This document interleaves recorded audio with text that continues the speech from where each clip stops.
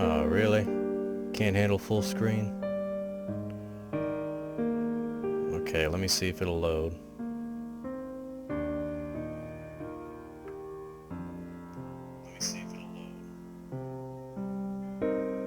Okay, it's just on my end. I'm fine with that. Okay, it's just on my end. I'm fine with that.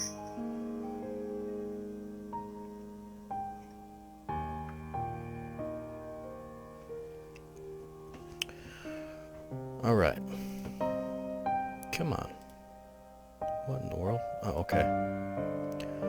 So this is Lake of Voices. It's a story-driven game. It's a pretty short game, but it's also free on Steam. And I put the link in the description for any of those interested in downloading it. But it's one of those games that it's kind of it's a mystery type game, and your choices depend on the things that happen depend on the choices that you make. So I'm gonna go ahead and get started, and I think I'll see if I can play the entire game in this one stream.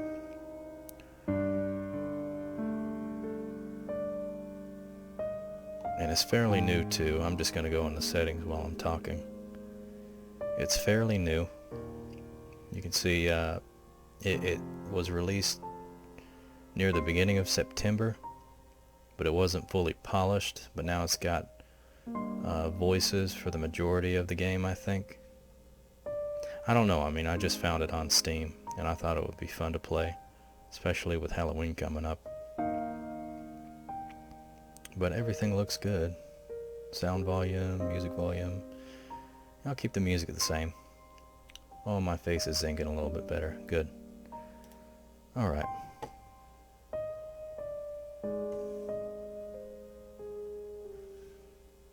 Just waiting a few seconds. There's a bit of lag for some reason for YouTube. I think it's because they're trying to introduce this new studio thing that they have.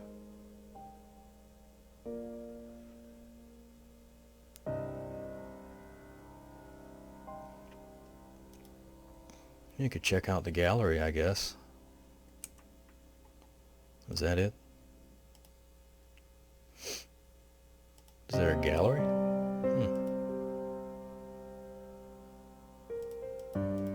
Wonder why it says gallery. I guess it's pictures that you take. What's bonus? Oh, you might have to pay for something there.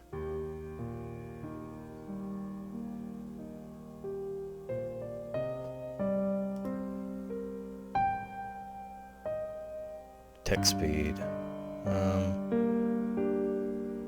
I'm fine with just a vanilla.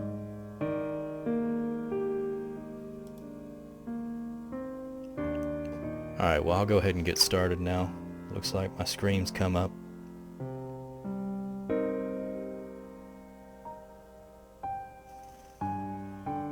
Just checking the settings. Yeah, there's just some lag when I go into my settings on my end.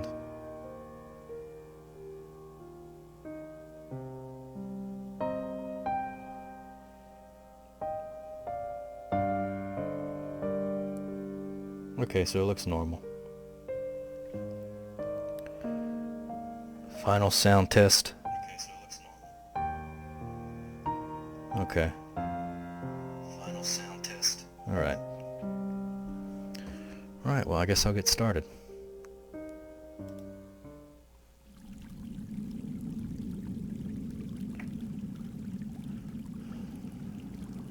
Yeah, you'll need to make various decisions throughout the Lake of Voices. Here are a few details to keep in mind.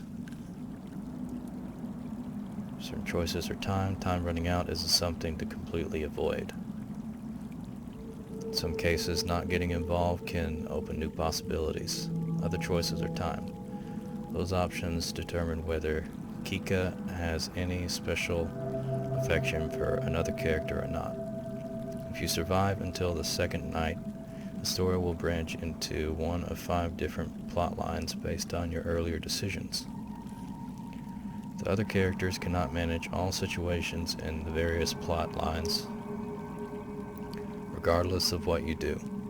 If a character isn't making it, try getting the plot with different set of survivors, or having the same group of characters venture through some other storyline. Becoming closer to someone can add and or remove future choice options and change how some scenes play out. Your decision to build that connection may not go unnoticed by the other characters. Earning the full amount of affection with certain characters can require getting into specific plot lines. Alright.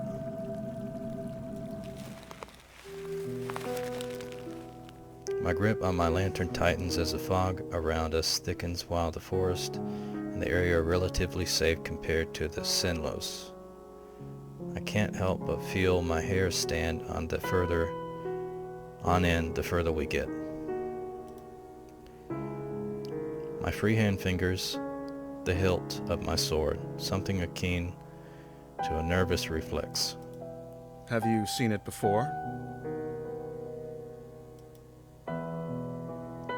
Bamil breaks the silence, either sensing my unease or assuming his own. Assuming, I think that means to say. I hope it's the latter. I haven't. I've had no reason to go near this cursed lake until now. What have you?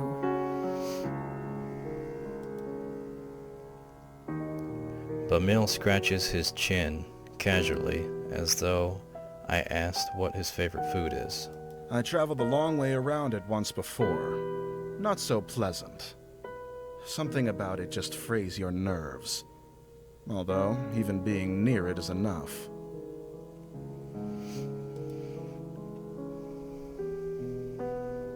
So I'm not the only one who feels it. A sense of relief hits me, but not enough to undo the buzzing of anxiety. The Lake Senlos, most try their best to avoid it all their lives. The hundreds who die attempting to cross its unheartly black water, dragged to death by the creatures lurking within, aren't a secret. No wonder you were assigned this mission.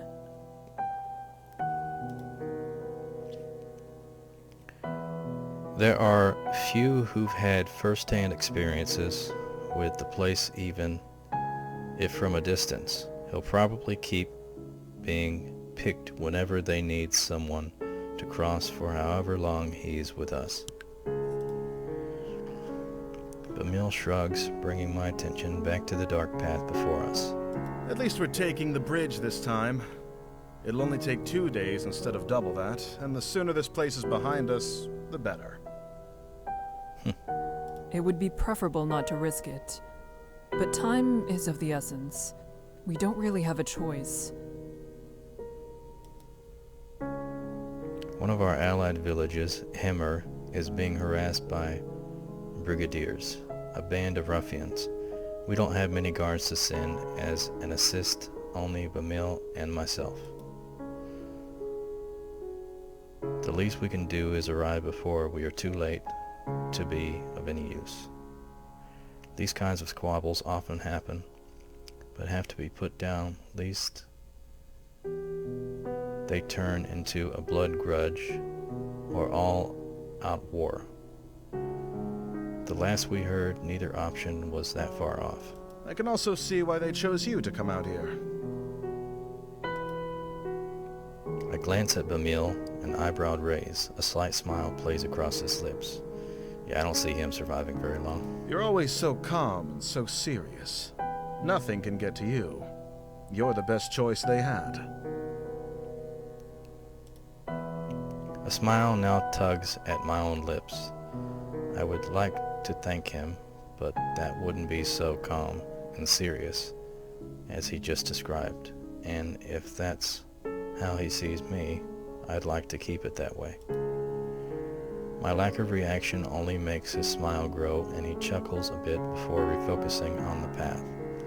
I do the same. I wouldn't be right to let my guard down in a place like this. Bamil appears to feel differently, however. You know the town on the other side of the lake, though.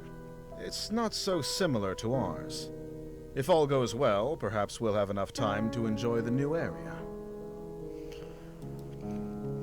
For the most part, I ignore him, nodding when applicable. Bamil is a talkative sort, and if chatting helps keep his worries down and his sword hand ready, I have no complaints.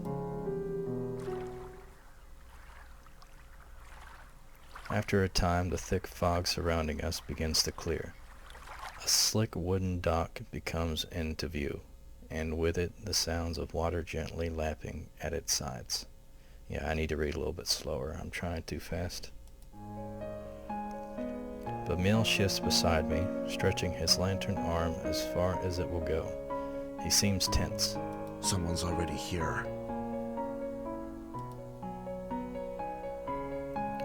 A young woman stands by the dock, eyeing us warily. Does she intend to cross tonight? Evidently, she has the same question as we step up next to her. It's clear she isn't simply passing by. She's waiting. The stranger nods curtly to us. Margaret. Kika the Steadfast. Bamile. Hello?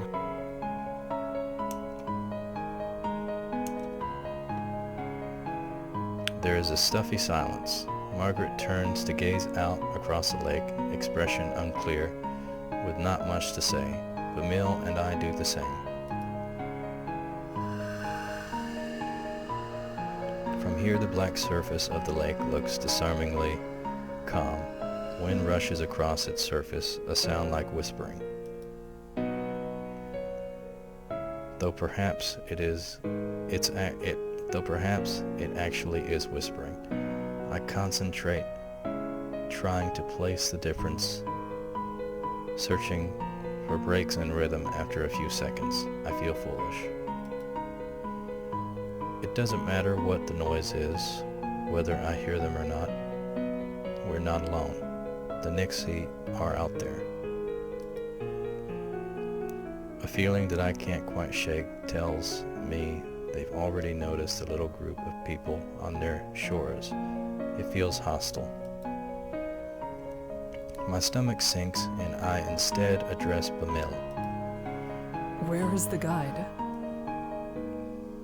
Unless he's on the center island, or on the complete other side, your guess is as good as mine. It's dark as pitch out there. Panic raises inside me. Panic I tried hard to quell. We can't cross without him, and we need to get going soon. You can't cross with him either. The woman behind us, Margaret, cuts in with something like a snort. What? I know the guide will be here tonight. I have already made arrangements with him to cross. Bamil and I share a look. The woman seems haughty and willing to put up a fuss. I have his word he'll take me today. It would be wiser for the two of you to begin the trip around if you're really in such a hurry. Or you can make camp here and wait for him to make the trip back if you prefer. I don't need to turn my attention to Bamil to know he's riled up. I step in before he can say something rash. Let me just see real quick if my voice syncs okay with the music. Okay. I might turn the music down just a bit.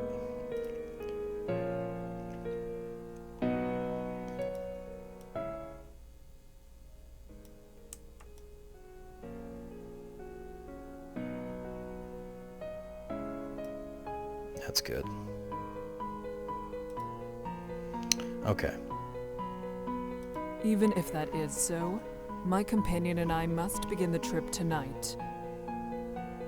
They look like they're both wearing kind of cloth clothing. It sort of looks the same pattern. Margaret is unimpressed and opens her mouth to argue further. We'll wait for the guide to arrive before coming to a conclusion about any of this. She clamps her mouth shut, and lets out a sigh. You can do as you like. With the matter of tentivity settled, Bamil moves away. His finger begins to tap loudly against the top of his hilt. He shifts from one foot to the other, then groans. What's that bastard even up to? I almost visibly start, but manage to restrain myself. He probably doesn't know any better. I'm sure of that. It's not worth mentioning. With a mouth like that, you shouldn't even have the right to ask the guide to take you across. How ludicrous. He's faced far worse than a bit of foul language. Do you know anything that's happened with this lake? I know enough. Margaret is clearly not convinced, but she shrugs and makes a show of turning her back to him. The guide's father is Garvin the Exemplar. Garvin never accepted the guide as his son, all the way up until he died in this lake. Your statement could be seen as tasteless. Oh. Bamil rubs the back of his neck, his face regretful. My apologies to the guide. I didn't mean it that way. I never knew about his... well, that. A smile spreads across my face, one I quickly wipe away. He really did just misspeak. The silence slowly stretches between the three of us, growing more awkward with each passing second. Margaret seems irritated and Bamil abashed.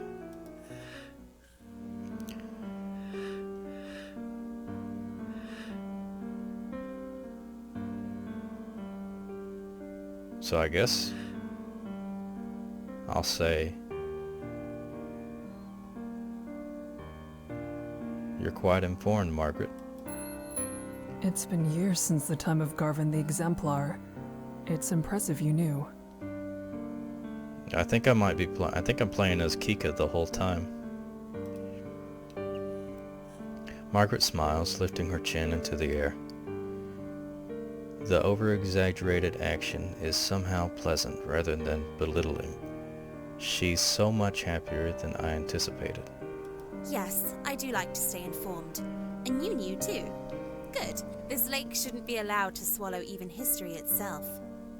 Now, another thing, she's the guide too, so you want to be nice to her. My town, the one where I was born at least, was also Garvin's hometown. I was very young when he passed. The entire village went into mourning. People broke down crying in the streets. I'll never forget it. He meant much to everyone who knew him. Oh, I have no such connections. I merely read about it. She pauses, seeming to scan the air in front of her for something to say. I'm sorry for your loss.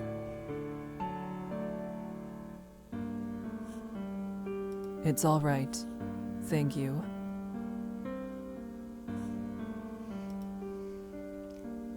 My town have taken pride in Garvin the Exemplar and what he achieved, but we weren't the ones who lost the most.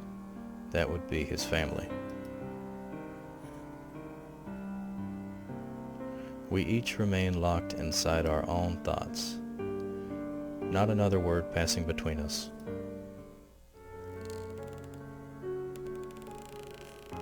Eventually, a small light appears on the bridge ahead, gently swaying through the foggy air. It gets closer and closer until it becomes apparent it's a figure carrying a lantern. YouTube is acting a bit weird right now. Let's moving on. That must be the guide, although I can't shake the ghostly aurora it gives off. The figure steps onto the shore, but we wait for him to approach us instead of going to meet him. None of us are sure how close to the waters we can get before it is no longer safe. He stops in front of us and simply stares. Are you the guide of Sinlos? The man nods. He has a sharp face and wary eyes. Well, that's grand. We would like an escort across the lake. Bamil motions the two of us, and Margaret approaches, a strained smile on her face. Hello, it's good to see you again. I'm ready to cross, as we've agreed upon. Oh, so Margaret's not the guide, this is the guide. Okay. The guide turns to face her as well, face remaining unchanged. It must not be a lie. He would have had to say something otherwise. She really does have preference to travel with him. That's a problem. Is there a way we can all begin the trip tonight? Yes, I will allow all three of you to go. But with that many, at least one will die before we reach the other side. The voice acting is phenomenal. I furrow my brow. It's a disturbing addendum, and one offered with little emotion attached. Bamil glares back, asking without asking what we're supposed to do with such circumstances. You should go around. The sentence hangs in the air, the second half unspoken. If you want to live. We don't have time for that. There are people counting on us for protection. Why does she need to go?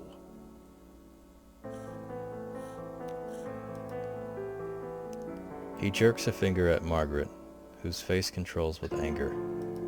I don't need to explain myself to you. My journey has already been put off once, and I was promised I could go today. I will be going under any circumstances. She meets Bamil's eyes with a gaze of steel. He starts to speak, and she cuts in. An extra day or two shouldn't be that much of a problem for you. Whoever you're meeting can surely wait such a tiny amount longer. Patience is a virtue, after all. The night is only so long, and if we're still on the bridges when the sun comes up, we'll all die as they sink back below the surface. If you don't decide soon, no one will be going. The guide is dispassionate. Stoic, I would almost feel something's wrong with him if I didn't share the trait myself. Bamil pulls me aside to jaw clench tight. That woman isn't armed. His voice is low. He darts a glance at Margaret. We can easily get her to back off if we make this into an actual fight. After all, we have to go tonight, yes? If one of us really is to die, it'll be her. Would staying be a worse fate than her death? I don't know about that, Bamil. I stare at the dock, refusing to meet Bamil's eyes, and try to keep my voice as level as possible. We don't know her situation. This isn't a decision we can make for her. What? Bamil leans in closer, apparently having missed what I said. I remove the symphony for her in my response when I speak again. The guide won't accept something like that, I assume. His face is grim. Then what else do you have in mind? First of all, you and I cannot split up. Either we both stay, or we both go. Right. That's not a question. I cross my arms, a hand on my chin. I have full confidence in my abilities, and in Bamil's. But there's no reason not to believe the guide knows exactly what he's talking about. If we go, he might not be able to give the group the attention we each deserve. That would mean we truly would be putting Margaret's life at risk on top of our own. I believe we should go. And I believe you. I'm trying to be nice at this play. I might make another playthrough where I am mean and rude. Bamil's reply is firm. My steadfastness seems almost weak in comparison to its certainty. He addresses the guide. We shouldn't waste more time. Let's shove off. The guide slowly turns around without even a nod to show his agreement. Margaret stares at Bamil and me, something of a resolve in her gaze. Then she follows after the guide. At least she didn't insist we stay behind. We should do what we can to protect her. It's our fault she's being put in even further danger. Exactly my thoughts. We will take care of everything. Maybe I'm being naive, but I have no intentions of letting anyone fall victim to this lake tonight. Those monsters can starve. There you go, Bamil. He turns to follow the others across. I will protect everyone on this trip. I will. We will make it through this. Then I step onto the dock and join him.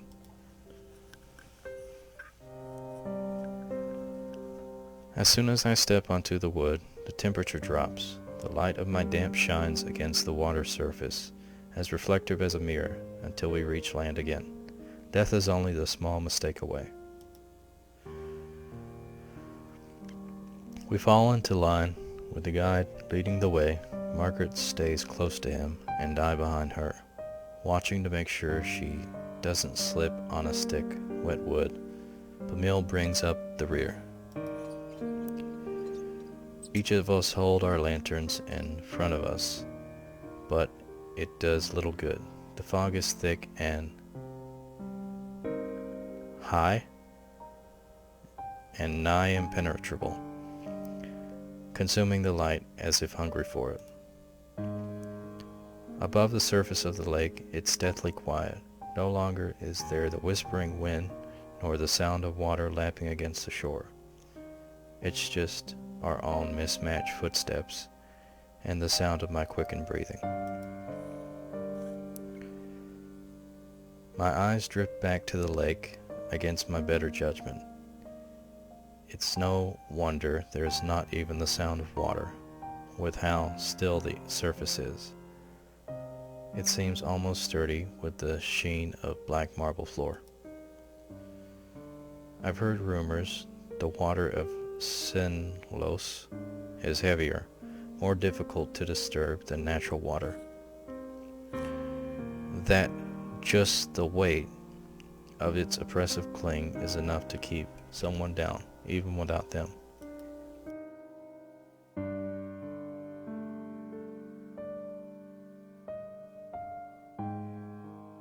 Something even darker than the abyss of lake flickers just below the surface, or at least I think it does. I turn my gaze to Margaret's back. It's better to stay focused. Fall back a bit. You're following me too closely. The guide is looking over his shoulder, addressing Margaret. I'm sorry. If someone gets pulled into the lake, they'll instinctively reach for anything to hold on to. Do not let that be you. Margaret's shoulders raise and she nods with great seriousness. I understand. Thank you for the advice. He ignores her gratitude. You can speak amongst yourselves if you so choose, as long as you pay attention to where you're going. There is no worth in listening to the sounds out there. If there's anything at all, it'll only be Nixie trying to set you on edge. All right. Then, could you tell us your name? You didn't have a chance to properly introduce yourself, and I've only heard you being referred to as the guide. I don't have a name.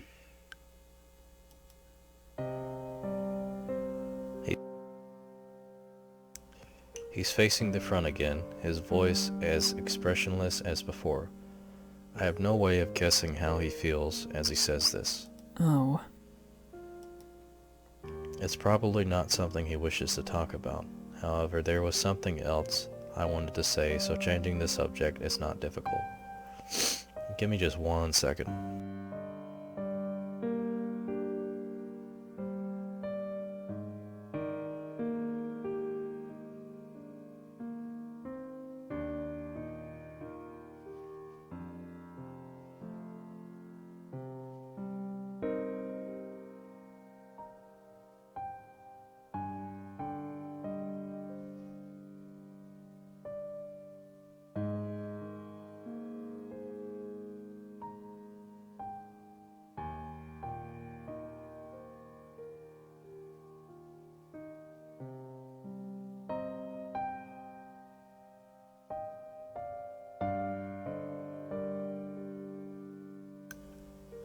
Okay.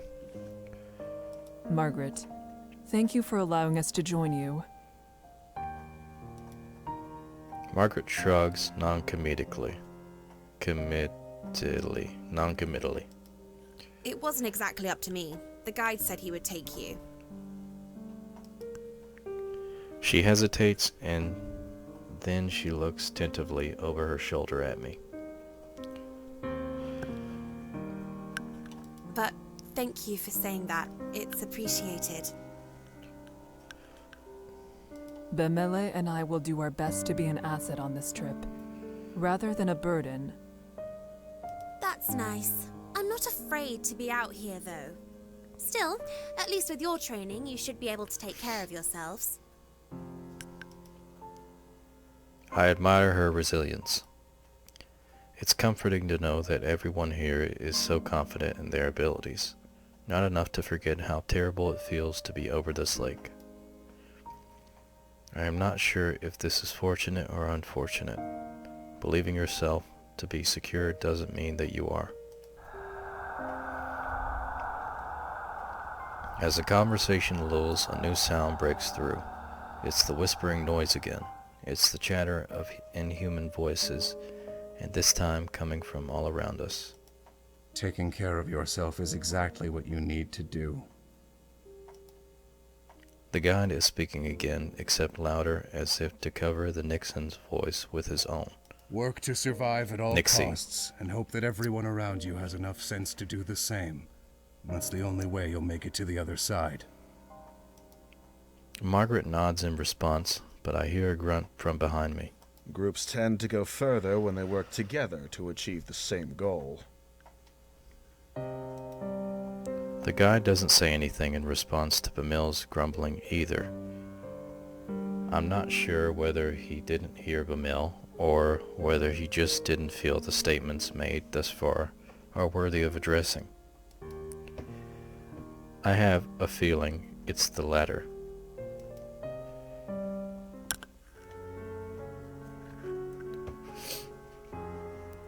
We go around a large bend in the bridge, part of it forking off to another way.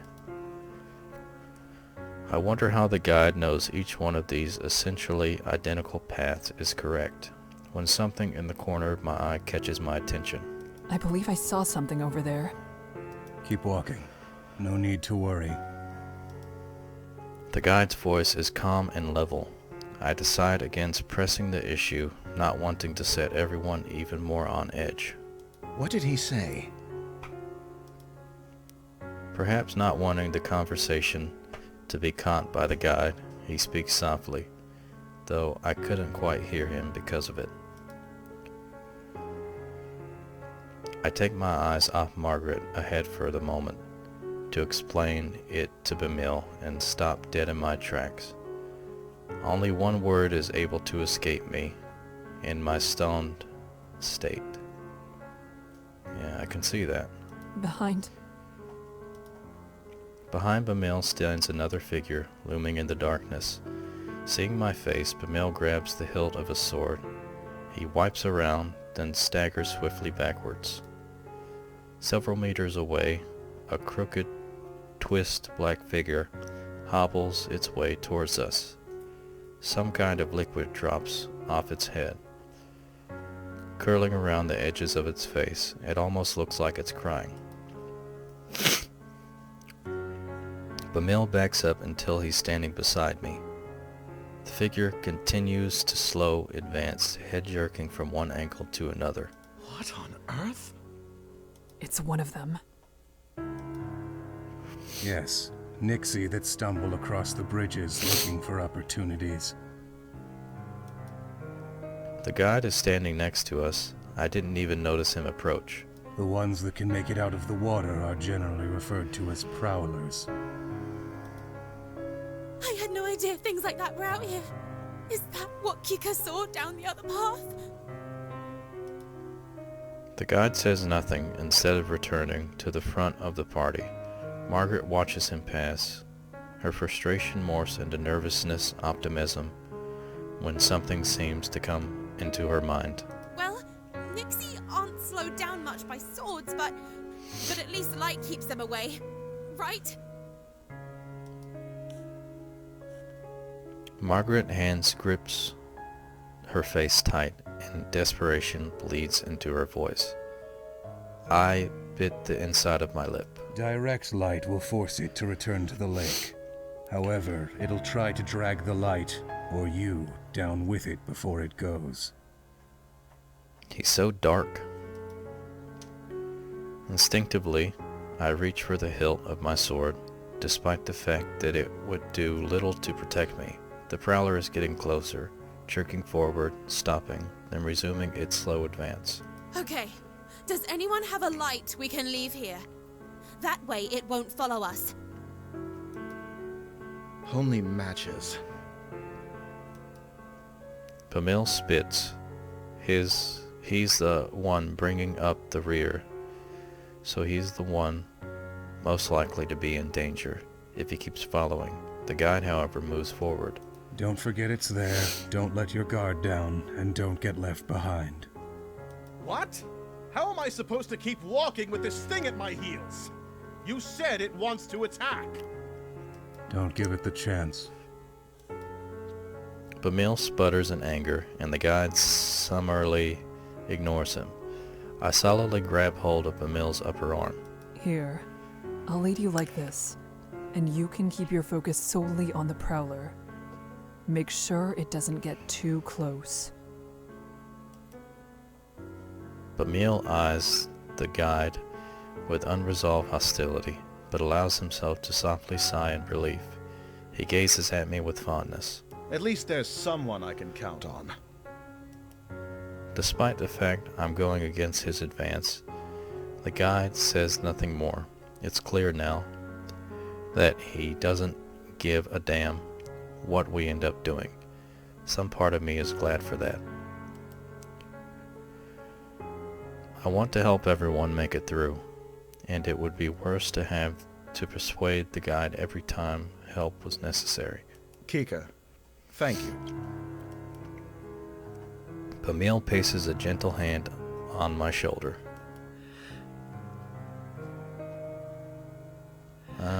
Let's nod seriously. Pamil's face hardens in return. He moves his free arm down. I fully link his arm with mine, and now properly settled, look forward. Margaret is following the guide with some reluctance, turning back every so often to check on us. I wave my lantern to signal we're catching up. Margaret returns her head to the front and quickens her pace. With a tug of Pamil, we start to follow them. The four of us continue cautiously over the bridges, only this time the wet, squishing footsteps of the prowler join the sound of our own. The prowler walks without a set pattern, sometimes fast, sometimes slow. It takes long steps, then short ones. At times it stops walking entirely. Does not hurt to be out of the water like this, or is it trying to be difficult to read? Suddenly the whispering in the lake grows louder. I steel myself, trying not to let it get to me. The most important thing in a situation like this is to remain calm. I can't lose my head. Then all at once I notice the guide and Margaret have come to a halt. Emily, they're stopping.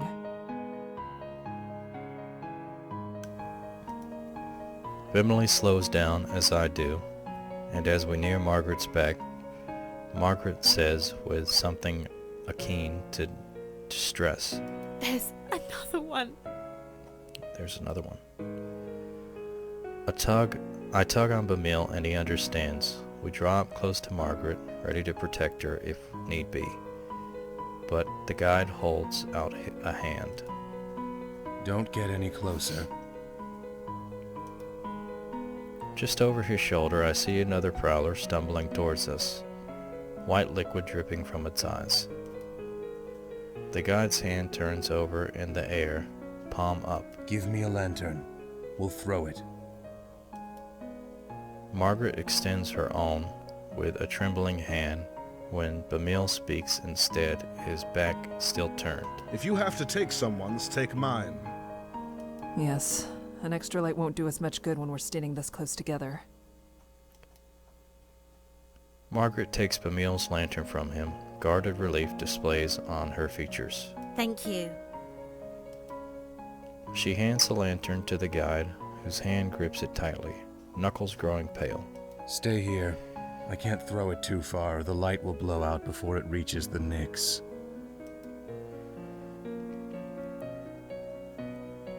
That thing looks creepy. He steps closer to the monster, his movements light and confident.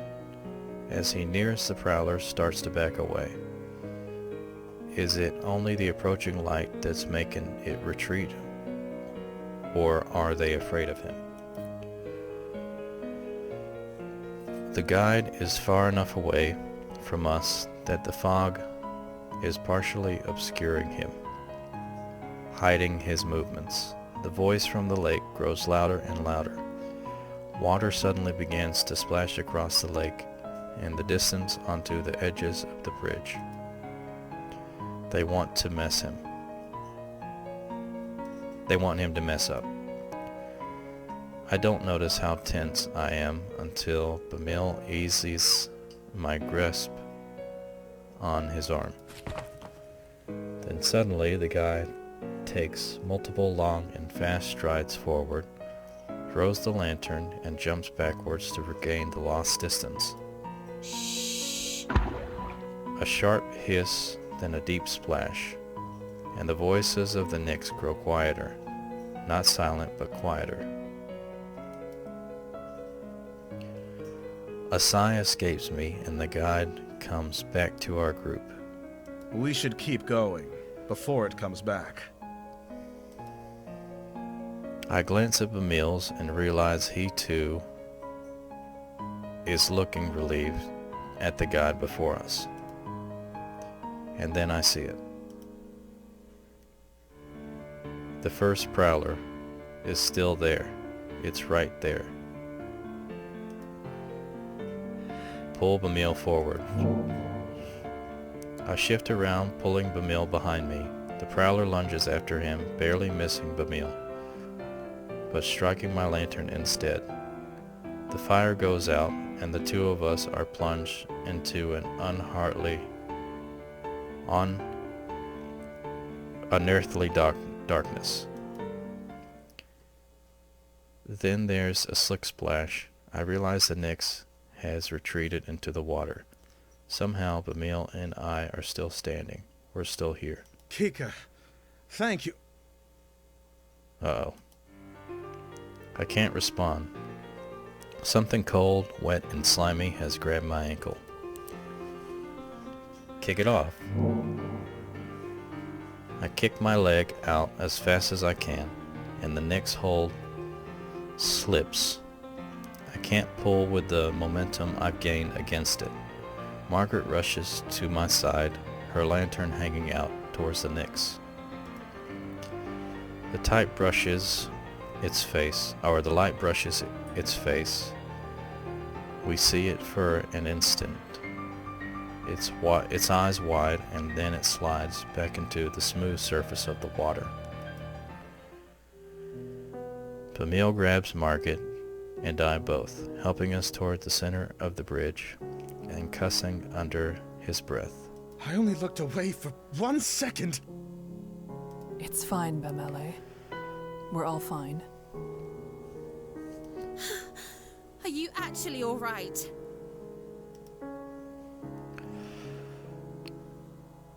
Excuse me. Margaret cocks her head down, examining my ankle.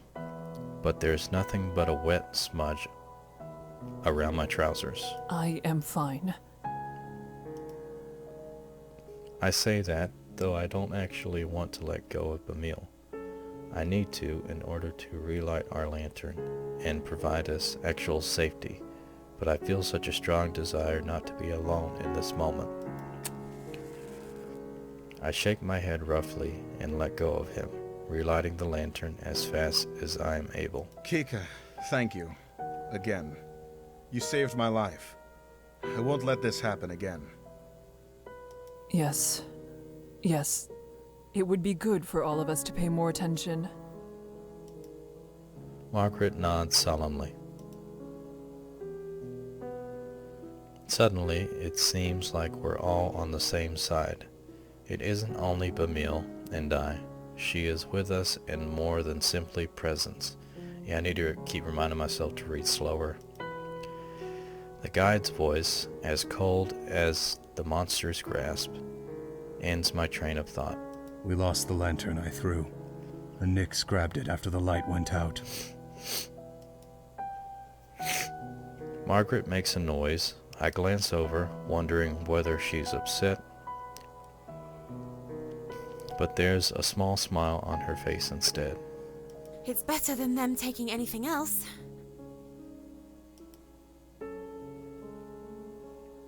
A nervous laugh bubbles up out at me, and just as quickly stops. Bamil chuckles in response, and our collective tension eases up, the adrenaline draining from our bodies. We need to keep walking. The guide starts down the bridge again, and we join him. I try to clamp down on relief. The ease that wants to flood my head is not over. The prowler is gone, but so is Bamil's lantern. Okay, give me 1 second. I'm going to turn the music down a little bit more.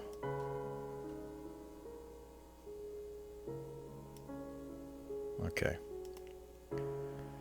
You can stay near me, Bemele, since your lantern is lost. Okay, so I've been saying it wrong. Bemele.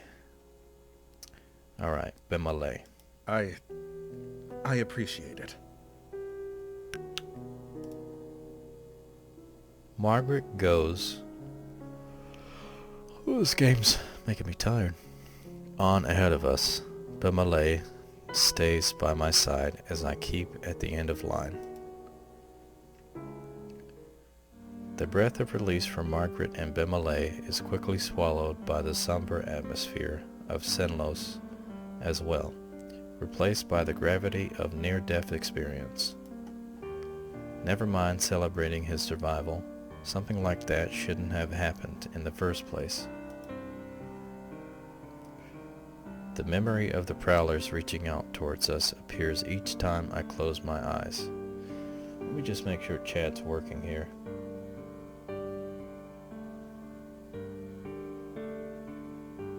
Okay. Why does it look like something's dripping down their faces? The prowlers are on Margaret's mind too, looking at her pained expression. It's as though the moment of relief never existed at all. I'm not sure. Me neither. Something's wrong with them, though. They live in water. Air shouldn't be good for the things, but they want to drown humans so much they're willing to drag themselves around on land? It's not right. Of course it isn't. They are monsters.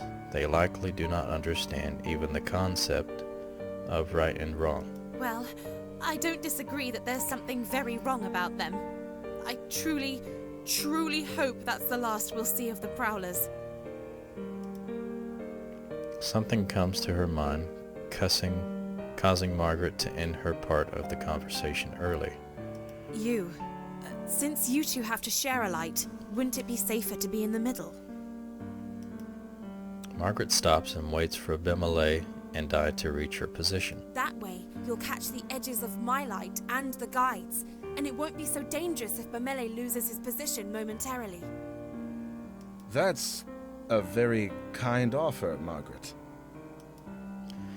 Bemele's surprise is so apparent, I want to cover his face with my hands to stop him from insulting her. She merely smirks.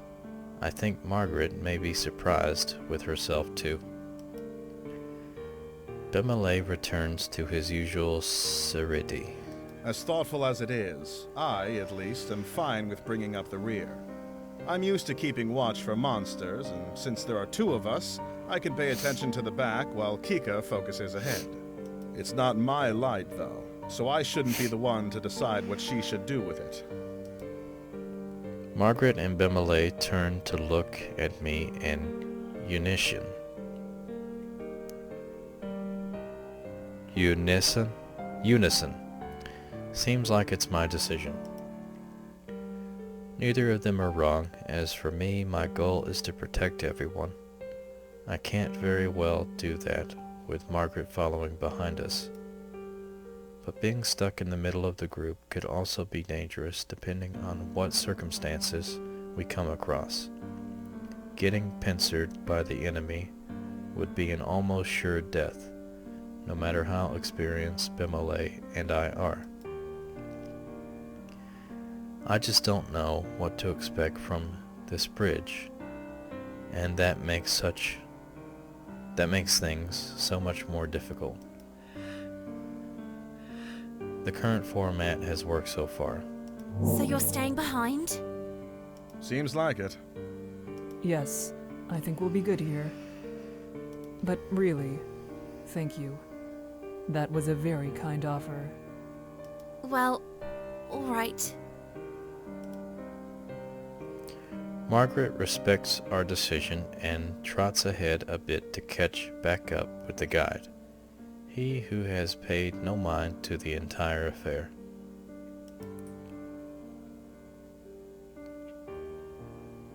So, I don't want to sound like a child, but how much longer until we arrive at the halfway point? Margaret chuckles, reflecting the amusement. I don't want to vocalize. We still have some ways to go. Damn. I suppress my laughter yet again at its pouting response. The gloom we've been under dissipates slightly, like light flickering through the fog. The first trial tends to be the most difficult. I believe we will only react better from this point on. I like the way you think. Then a gleam enters Bemele's eyes and he grins. I think Kika deserves a round of applause. Her quick reflexes are owed the utmost appreciation. He leans softly into my shoulder, trying to get me to do. To what? It was indeed a sight. You're quite capable. Bemele was also a sight, but for very different reasons. The way he froze with his mouth all agape was a laugh in itself.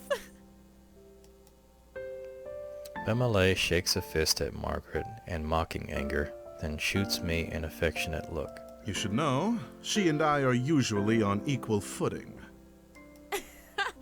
The only reason you had footing at all is because she pulled you back. Bemele laughs self-consciously, scratching his head. That's very true. You can always count on Kika. Yeah, the guide's been quiet the whole time. I keep my eyes steadily ahead, unsure how I should respond. I'm pleased, almost grateful, to hear what they think of me, but I don't know what I could say that wouldn't seem pathetic. Instead, I contribute the best way I can. I keep my focus on the path ahead of us. Without a response from me, the conversation quickly dies out. Still, it eases my heart to be on such friendly terms with my companions. After some time, I notice Margaret isn't keeping up with the guide as much as she was before. I realize it's because the guide has increased his pace. Margaret begins to jog in an effort to keep up with him, and Bemele and I do the same. Despite this, the guide keeps getting further away. We go faster and faster until suddenly we're full on sprinting across the slick wooden boards. Figures in the dark fog fly past us at a blur, and it occurs to me the branching paths and the bridge appear to be sinking. I try hard to swallow my rising panic. The guide shoots something, but it's drowned at the frantic pounding of our footsteps. I see the fog's kind of moving. I'm trying to piece together what he said. Don't stop, turn. When he takes a masterfully sharp right down a different path using his own momentum and the sleek wood to slide into the new direction with no loss of speed. Margaret must not have worked out the warning either, as she is completely caught off guard by the guide's change in course. She runs straight ahead past the turn and continues down the path we've been following up until now. She clumsily begins to hold her momentum down the wrong bridge. Then I come upon the fork. Turn. I make a hard turn following the guide and leaving Margaret at the rear. Bimalay's footsteps stay loud as they were before. He made the turn as close behind me as ever. Out of the corner of my eye, I see Margaret turn around to try to come back to us, only to have the bridge in front of her fall away. I slowed down for a breath, feeling the impulse to turn back, but ignore it. There's no time. Margaret can make the jump, and then she'll rejoin us. I keep my eyes glued to the guide's back, ears perked for Margaret's footsteps approaching behind us. And then I hear it. A scream. I wipe around, sliding the stop. To a stop. Margaret is sinking.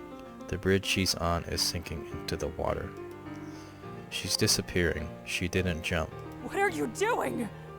It's getting bad. Margaret's head shoots up, her face drained of color. Jump!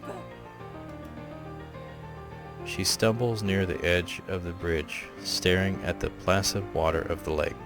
Even from a distance, I can see her shaking.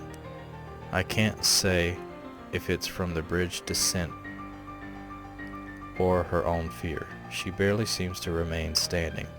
I swallow painfully.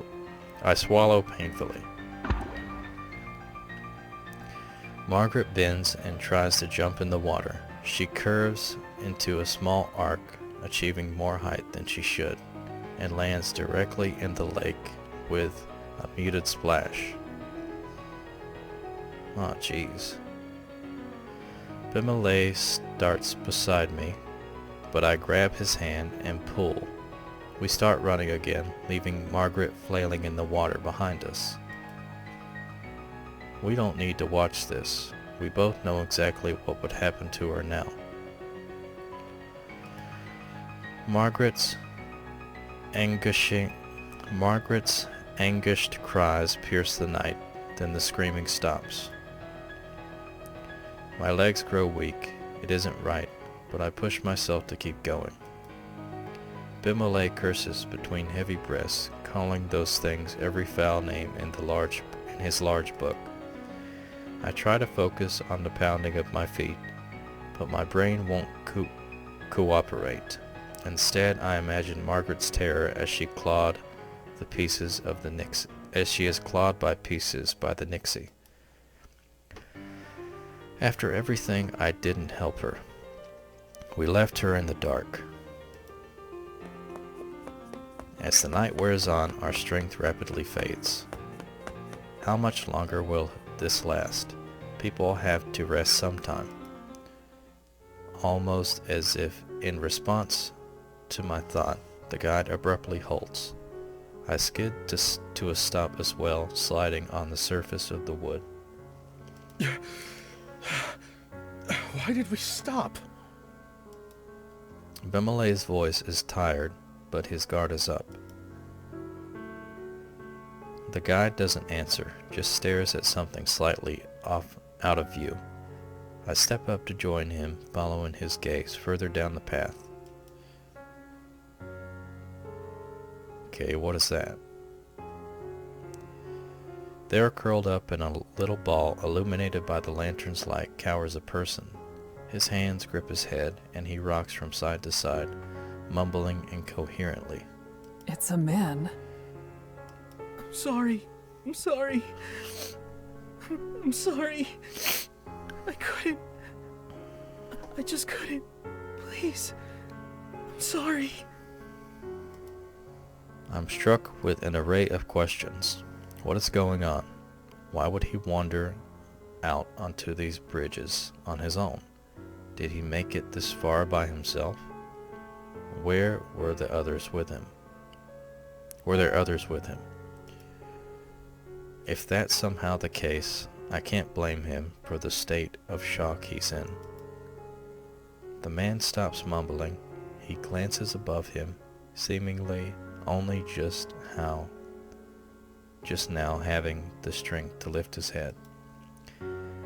His expression, the deepest sadness along with the clear markings of terror, are scrawled across his face. I stare at him in shock, not sure what to do. Leave him. I snap my eyes away from the man and instead to the guide's cold, implacable face. No! We can't just leave him here. Without light, it's certain he'll die. He won't make it regardless. The guide turns to look at us, his eyes seeming to glow from the closeness of his lantern. For the first time, I feel uncomfortable in his presence. Whoever shelters him will only risk dragging themselves down with him. Leave him. I glance at my partner. Bimale is outraged. I'm trying to think of some kind compromise when the guide speaks again, his voice cutting. If the man comes, then whoever is shielding him will have to remain at a distance from the rest of the group. Far enough that you can't see me, just my light. That is how you will travel across the bridges. I didn't agree to lead this man, and I won't. If you ask me to, I will leave you all behind. Adrenaline surges through my veins and I tense up. It's a painful reminder that the guide isn't here to save our lives, but merely to show us the way.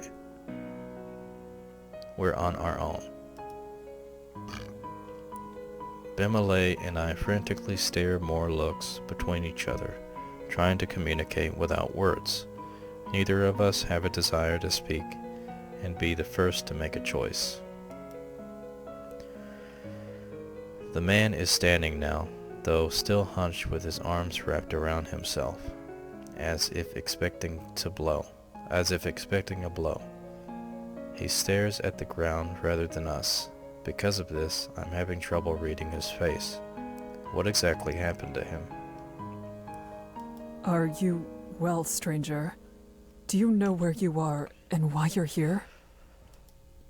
He glances up, not at me, but towards me, his eyes resting somewhere near my collarbone. I'm fine. You all can go on your way. Forget you even saw me here. That's absurd. You have no way to defend yourself. We can't leave you. Yes, I'm sure in your eyes I might not seem like much, but that's not exactly a fair shake. Maybe in a perfect world, every man would be as large as you, but that's not how things always go. Doesn't mean I'm defenseless. I still don't know who he is. The man's response is mindering. The words themselves seem to be a good jest, but he's still barely looking at us, fidgeting with his hands. Bimale frowns, unimpressed. It was a joke. He smiles hesitantly, making eye contact with each of us for the first time. What part of it was supposed to be the joke? Do you even realize what is happening in this moment? Never mind. Forget that too. Point is, I'm alright. You have found yourself out alone and unlit on Sinlos. Exactly. Something must be wrong with you. Oh no, sounds like you've been talking with my father. He lets out a weak little laugh coupled with an eyebrow raised, voice trembling. No one really knows what to make of this. The man gives a small wave and begins down the path we came. Bimelay huffs, tossing his hands into the air. That's not even the right way. It is for me. Oh? You must have come quite a ways if it was the other shore you started on. The man's smile grows. Good. That's not so bad. There is no response to his remark, unsure of what could be said. I still think he should come with us. A person needs a light, and the guide himself said he won't be able to manage on his own. Sticking with us is his best option. I look over the man's body, noting the scrawniness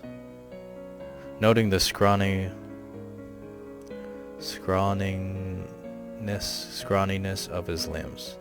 Scrawny, but not necessarily lacking in muscle. The bravado he was showing as he tried to leave us has faded yet again, and now he's standing quietly, looking at us as if watching a play. Interest, but no true connection to the events. It's easy for you to say such things, but whose light are you offering? It's not mine, and you are putting her in even more danger with your own presence already. Bimelay's hands turn into fist. He looks away, but doesn't say anything. For a moment, no one does. I feel a cold sweat on my brow as what I feared comes to pass. He's stopping us from protecting another. Why must he get involved now? Why can he not leave us to make our own decisions? You... Don't worry about me. I'll be on my way now. The man's voice is full of something I cannot place, and he starts to shuffle back down the way we came.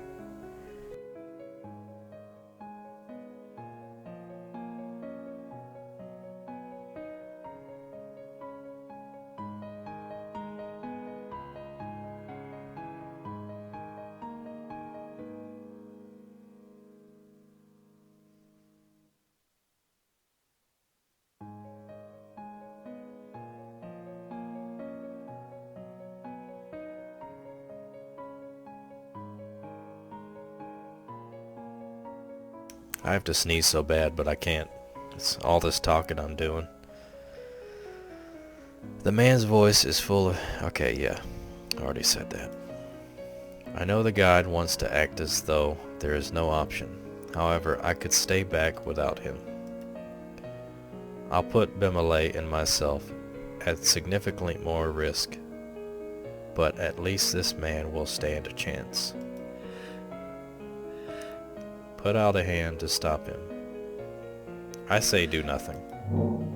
I can't risk it. Bimelay stares at the man as he leaves. We both watch him drag his little frame down the bridge, quickly fading from sight. I mean, I see it as he got here on his own. Maybe. I don't know. We had to let him go. We've already suffered the loss of one of our own.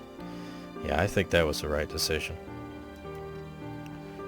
The space the man vanished into is dark and silent. We can see and hear nothing of him, not even his footsteps. The guide was right. There are no other options. Well, that is what I have to believe. We need to get through this somehow, and being weighed down with guilt will only distract us. What's going on with the... Ah, shoot. After a moment's hesitation and one last glance into the truly lifeless fog, we run to catch up to him. I was looking to see if there was a way to get rid of those lines. We walk onwards in silence. Our party hasn't changed. The stranger was never added to it. so it's not as if it makes sense to miss him. But there's a sense of loss all the same. No one even attempts mirth. I keep thinking I should have done more, should have pushed the guide harder to change his mind, so it was less dangerous to keep the man around. Something, anything. Let's see what the other one said.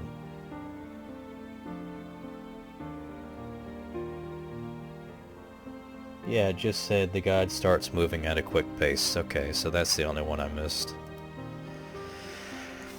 But I have to let this go. I'm not going to forget that man. I'll never forget him. But we still need to get through this. I curl my hands into fist, hoping it'll strengthen my resolve. When I push forward. We turn down a different path and the guide stops. Ahead of us stands a group of prowlers at the sound of us. They turn their heads in unison, as if they knew we were coming. I inhale. You know, he might have done good going that way, where they were the opposite way they were going. The prowlers wriggle somehow, their skin moving more slowly than it should. Sliding across their skeletons, they laugh. We cannot lose another lantern at this point. We're almost to the island. The guide rummages through his coat and with his free hand. What are you planning? Bimalay's tone is borderline threatening, but the guide ignores him. He pulls out a small pouch, then opens a latch on his lantern. Wait, are you going to throw that at them? What if the bridge sets on fire? It will. We're going to run. This is insane! These bridges are hellish enough without them also being on fire. And what about the other man? If he's still out there, this could... He's dead. We're not losing another lantern. He says it with such delenched certainty. It's as if he saw it happen himself. No one argues with him. The guide steps closer to the prowlers. We fall into step behind him, staying close to his back. He bends his lantern back down until it is lowered to his outstretched arm. The pouch in his hand is set aflame. With a practiced flick of the wrist, he swings the staff back and up. The glass on the lantern snaps closed. Don't get left behind. He takes 3 quick steps, then tosses the pouch. The prowlers are back into the water before the pouch even lands. As soon as it does, the fire starts to lick and curl itself around the wood. The guide breaks into a sprint, and so do the rest of us. The blaze grows despite the heavy dampness from the lake. These bridges aren't normal bridges. Of course that's not true. Nothing here is right. Hopefully they won't collapse with the flames. We stay on the guide's heels, almost too close for comfort. If he stops abruptly, we'll all crash into one another, maybe even fall off the bridge. Then the world tilts. I was mid-stride when I put my foot down. The bridge isn't where it was. It lurches to one side, either because it was weakened or pushed. Bimalay and I manage to keep our ground, as does the guide. He presses on without even bothering to see if we were able to follow. Bimalay growls in frustration as we push to keep up with the guide's pace. As our storm of feet thunder across the boards, a silver sliver begins to rise onto view just above the edge of the water. It's the island. Okay. The island. I squint and suddenly make out the craggy forms of land and earth. I see it. We're almost there. Safely at long last in sight. Now energy surges through me.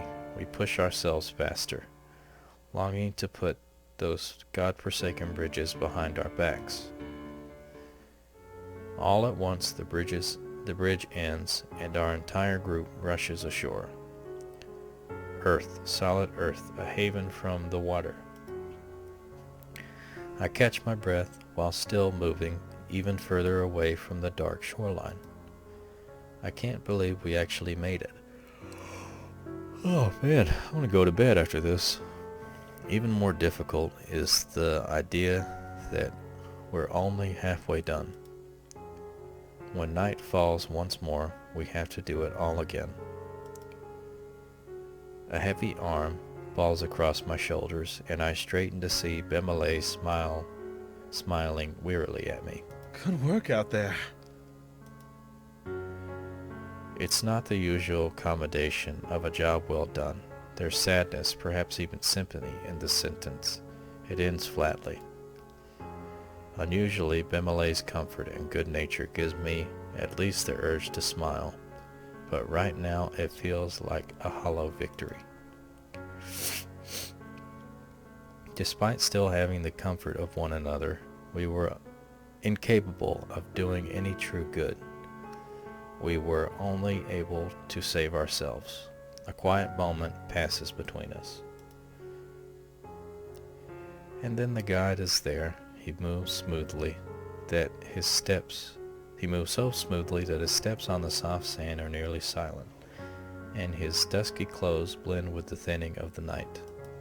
The sun will rise soon. The fire on the bridge is the only reason this island isn't overrun with prowlers right now. However, they could still pose a threat. Bemele levels an empty look towards the guide. I'm trying to sit comfortably here. Is there something we should do? Come. The guide takes us to an area a bit further inland, but not too far from the water. Trees partially obscure our location, and there's enough room to watch the coast in case prowlers start to emerge from the water. Essentially, it's a place where an ambush would be heard. If any of you see anything at all, speak up. We don't want them to sneak up on us. Almost automatically, each member of the group turns to a different direction. As the sky continues to fade, from pale purple to a muted blue, the water stays silent. For the first time, nothing happens. It is a miracle. Suddenly, my chest is lighter and the air is fresher. The first pricks of the light appear over the horizon, stinging my eyes after such a long journey through darkness. A sound catches my attention and I move my focus towards this direction. The light is opening the notch of his lantern again. He gently, almost respectfully, blows out the light. We no longer have to worry about the Nixie. It is over for today. I'm almost unable to keep tears of relief from pouring out of those words. We made it through the night. We survived. No one feels the need to speak. We look at each other, an understanding passing between us.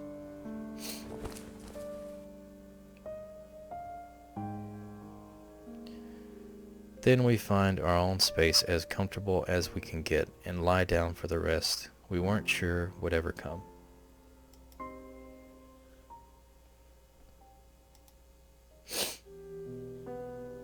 Yeah, I don't know what's up with my border. For some reason, my YouTube page isn't showing my profile picture or my background.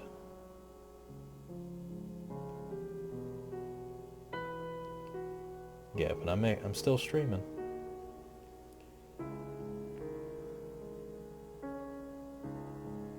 Yeah, I would imagine a lot of people watching. I mean, that's okay. My eyes slowly blink open and readjust to the brightness. Readjust to the brightness, what little there is, the sun is obscured by a thin layer of fog, making it impossible to estimate the time of day. Man, I don't know if I'll be able to finish this. Great way to fall asleep. I'm not saying the game is bad, I'm just saying it's very soothing. I prop up my elbows and push myself up. The ground is hard and rocky, but that isn't the only reason I'm eager to get on my feet. I check my surroundings. The harsh, craggy earth of the island is interlaced with twisting vines and gnarled branches. Beside me, Bimile is still fast asleep. The guide, however, is nowhere to be seen. I realize that I don't recall seeing him lay down with everyone. It's likely he left us hours ago. There is a creeping silence here. I can't help but shudder at the hollow, aching feeling inside of me. It refuses to relent. I shift my weight back and forth, unsure of what to do with myself. Memories of last night's harrowing journey flicker through my mind. Bimile wakes up suddenly, rising with alarm. My mouth opens, then shuts, and after a moment of fumbling, a word finally escapes. Hello. Bimile gives me a gentle smile and makes his way over to me. Morning. A pocket of quiet descends over us. Bimile sighs. The atmosphere is weighing on him already. We should eat something soon. Yes.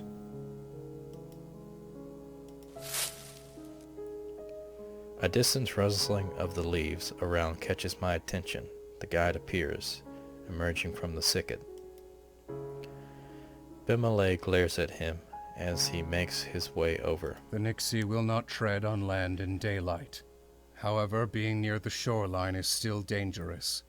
If you leave the center of the island, remain cautious.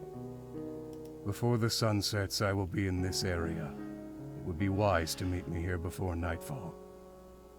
Why do you do this? I sharply turn towards Bimile as he snarls and confronts the guide. If you had just let him follow behind us, if you had been there before, none of this would have happened. They didn't have to die. The guide looks away, seemingly unaffected. If all you're going to do is leave everyone to be lost, then why bother guiding us at all? Despite Bimile's several severe words, the guide apparently considers his piece here finished. He turns towards the forested area from which he came. Wait! Yeah, Bimile, shut up. Bimile calls out to the guide, reaching towards him. Before he can make contact, I quickly place a hand on his shoulder. He lowers his arm on his side, though I can still feel wraith emanating from behind him. From him. We stay his way until the guide disappears from view. My dyslexia. Bimile begins to kick at the ground, spraying tiny pieces of gravel about. Bimile, I know you're angry, but regardless of our feelings, we need the guide. If he leaves us, we'll all die. And we've done so well with him? I give him a cold glance. We won't even know which bridge to take without the guide. Bimile knows that. This needs to stop. There are people counting on us to make it back. We can't afford to lose our way. I want some more timed events. I want to, click. I want some action. The anger etched into his expression fades into sadness. I can't stay here right now. Quietly, I speak. Okay, there we go. I'm going to speak with the guide. I ball my hands into fists, steal my wheel, and start advancing in the direction of the guide went.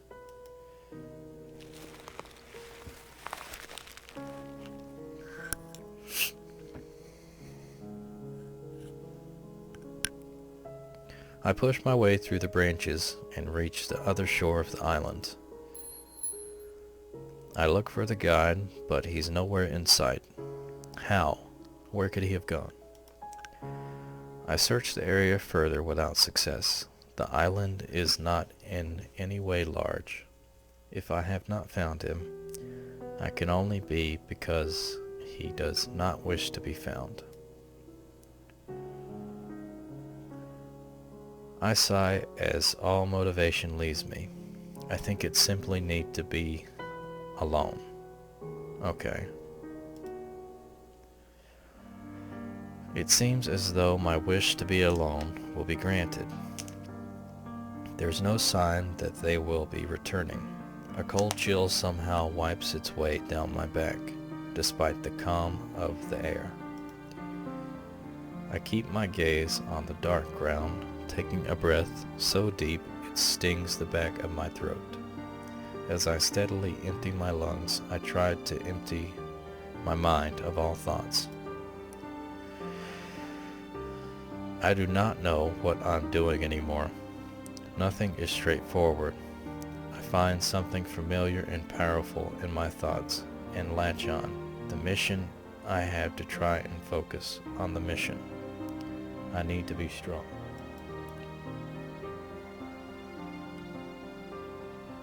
My eyes dart back up. Is someone watching? I wonder if I'm afraid of being seen struggling like this, or if I hope I may not be on my own here.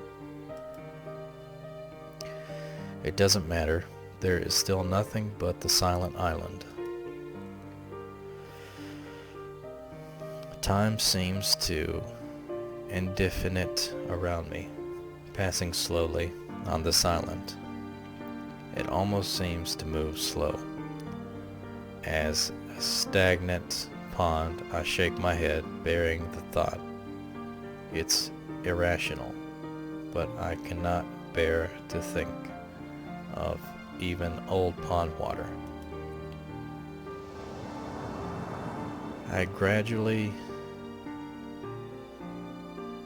Gradually my consciousness begins to include the world ahead. I do a few standard warm-up stretches, testing my mind and body. I don't know how long it's been, but I feel I have regained enough of my wits to continue on. I need to make sure everything is all right. I head through the wooded part of the island. There isn't anything that could be called a path, but I managed to pick my way through the bush quite well. Through a thinner stand of trees, I briefly catch sight of the guide standing on one of the beaches.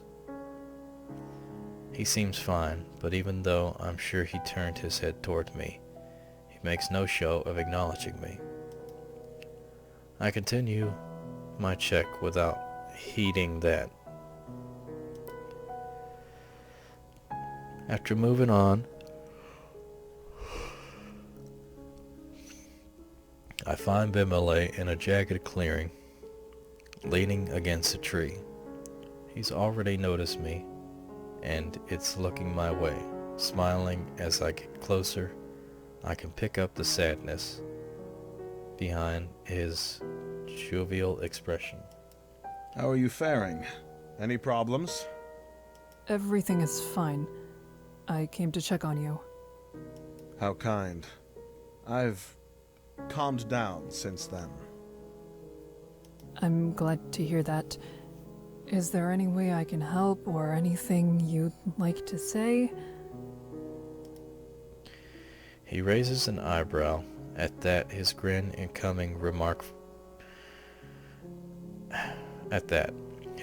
becoming markedly playful. I didn't expect to see you so worried about me, Kika. I have to force myself not to avert my eyes at that comment, embarrassment flowing into me. Bimele noticed my reaction. He does not draw attention to it, however. Instead, he throws his arms out wide, with a sour expression. Have you seen the guide? Bemele is clearly asking out of a sense of obligation and makes no secret that he's not pleased to be discussing the guide. I nod in response. I saw him earlier. He is the same as always. Good, good. In that case, I'm going to stretch my legs for a bit. I feel stiff from standing in one place for so long.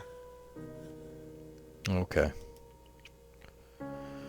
I bid him a brief goodbye. Bemele waves as he departs.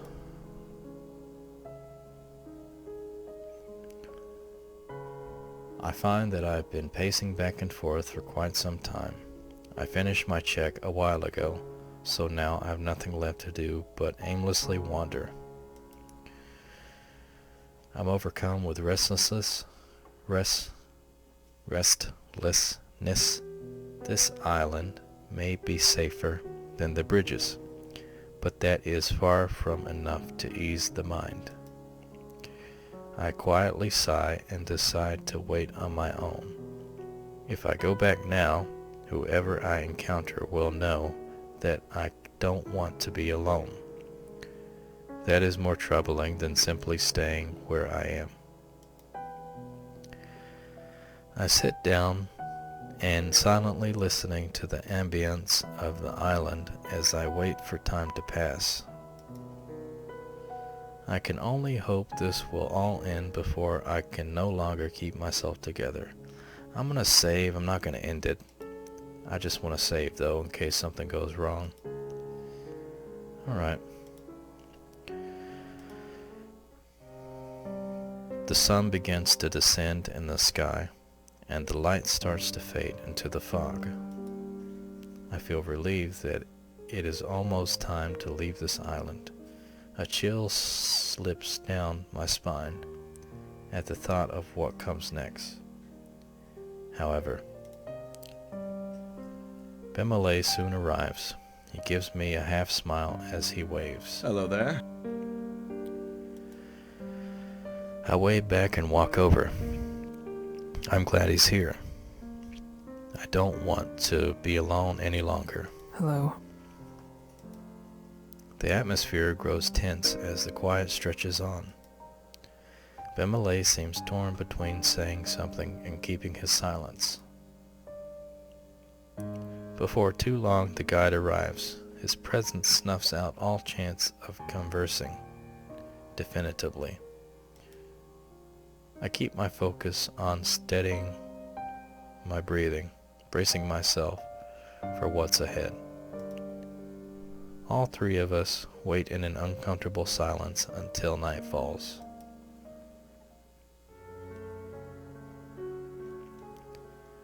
Night settles like a shroud over the land, every inch of the world now covered in unrelenting darkness. Suddenly there is a gargling. The water parts as the bridges of Sinolis rise, power by some unnatural force, creaking like they might fall apart. I feel an inexplicable pounding like a hammer in the back of my head, beating faster and heavier than my own heart. I clench my teeth to stop it from churning my stomach. We must go now. All right. The guide doesn't wait for any replies, briskly starting in the direction of the shore. Bemele and I match his pace. I can feel the air weighing on us, a sensation that slows our steps despite being rested. Something hovers in my mind, the mirrored memory of the beginning of last night's journey. One day ago feels like a lifetime past. The thick, inky water sloshes reluctantly off the boards, bleeding back into the lake, until finally it stills. A shudder crawls over my body as I place my foot on the boards, but quickly shake it off. I have no other option. we have to go through this again. All tense as day-old corpses, we walk over the bridges in silence. The only sound that accompanies us is the thick lapping of the water at the bridge. Bimale stays close by my side with a sour expression on his face. He evidently has little interest in masking his disguise. He murmurs something beneath his breath, but it's inaudible. Okay. I decide not to ask about it. It wasn't meant for me to hear.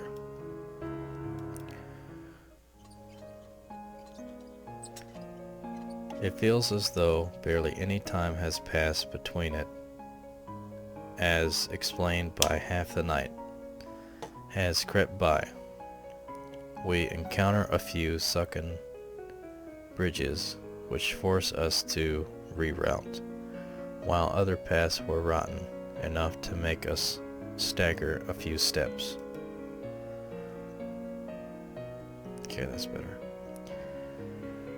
However, the biggest threat of all is eerily absent the prowlers. I haven't seen more than shadowy glimpses of them down other paths.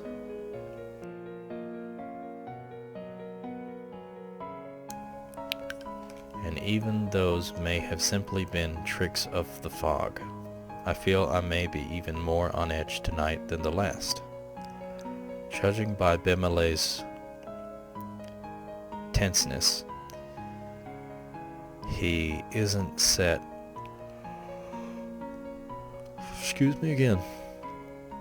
as at ease by their lack of presence either. Why? I whisper the question softly, almost silently, as I scan left and right across the impossibly empty bridges for any sign of movement. I ponder whether they're still weary from the consuming blaze that lit up the night yesterday, or if they are at least dragging themselves across the bridges than usual because many have already gotten what they wanted. My skin crawls with the touch of icy fingers at the thought, and I can't control the sharp shiver that travels down my spine. Bimale catches my concern, and he brings himself closer to my ear. This isn't right. It shouldn't be nearly this easy to cross. Not after what we went through the other night. Could they be planning something? Bimale lightly shakes his head. He speaks with suspicion in his voice as he peers at the guide ahead. I don't know. As time passes by, we continue to see nothing but more bridges and fog beside me. Bimale is becoming more and more agitated the longer we go without disruption. I can read Bimale well enough to know that his anger is still directed at the guide rather than the bridges themselves.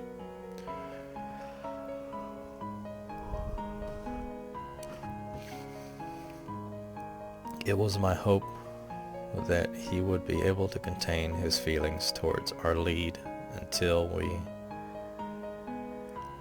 had put his maze behind us. That is becoming unlikely.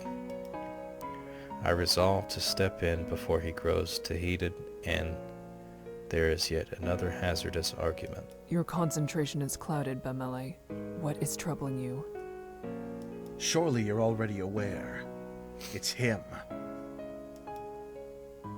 Bimale glowers hatefully as the guide I pursue. At the guide, I purse my lips for a moment before continuing, resigned. I do know that. However, you need to stop allowing that to consume you, or else you could get hurt. Or even... Bimale releases an exasperated sigh while crossly folding his arms. That is impossible. I can't stop myself from thinking about it. Everything makes so much sense now. What do you mean by that? Recall yesterday. I asked him why he would lead others at all if he was heartlessly going to leave them behind. What if this is the reason? Before, we could scarcely escape these monsters, and now I can't even hear a whisper of one. What if... Ah, shoot. I didn't mean to do that. What if they are already satisfied by what they've taken? Okay. Is that what that said? With what they've taken. Yeah. My eyes widen and I stifle a gasp. The situation at hand, giving both of us a reason to think on that possibly, is absolutely unsettling. But his conclusion is even worse still.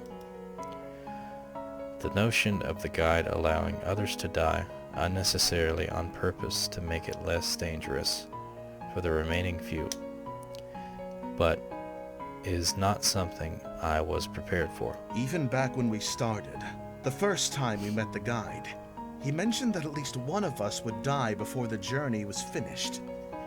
Didn't that exchange seem strange to you? He said it as though it was a price to pay for coming with him. The guide is free to do as he pleases. He can and will threaten to leave the entire group behind at so much as a hint of resistance. Nothing is stopping him. Ah, Bimile. He knew this was going to happen. He had to know. I take a few moments to breathe. Despite the danger, I only barely resist shutting my eyes against the world. We need to make it to the other side. We must keep moving forward and survive. The guide is our only way across. Okay. My usual reply to Bimile's worries does not make an impression. His eyes are not swayed. He continues to stare into me. I am saying he cannot be trusted with our lives at this very moment. I need an answer to that, Kika. What do you really think? I really think there's a lot of... Okay. I do not agree. Bimile's face darkens for a moment. I continue. The guide may not care what fate lies ahead for us, that is fair to say, but that is not the same as intentionally conspiring against us. Bimile opens his mouth in an attempt to counter. However, I raise my palm to stop him. Perhaps you may be right, Bimile. I'm not blindly trusting the guide, nor am I unaware of how he is a deeply suspicious figure. However, I believe it's too early to come to such a dire conclusion. Yeah, he's gotten us this far. He seems to have more to say on the matter, but he finally sighs and drops the topic. Instead, he pensively looks forward and we continue on.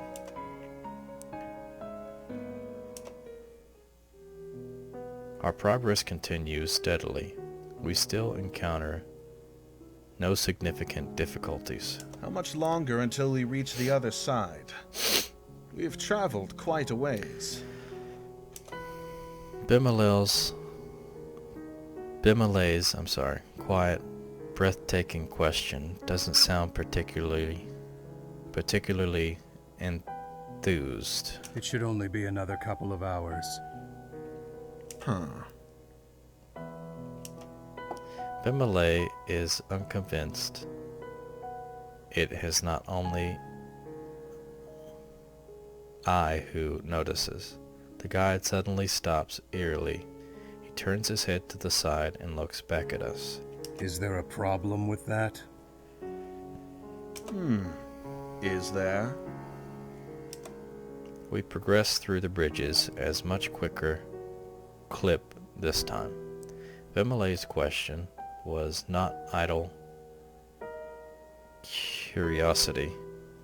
He was confirming that fact for himself. I should have known.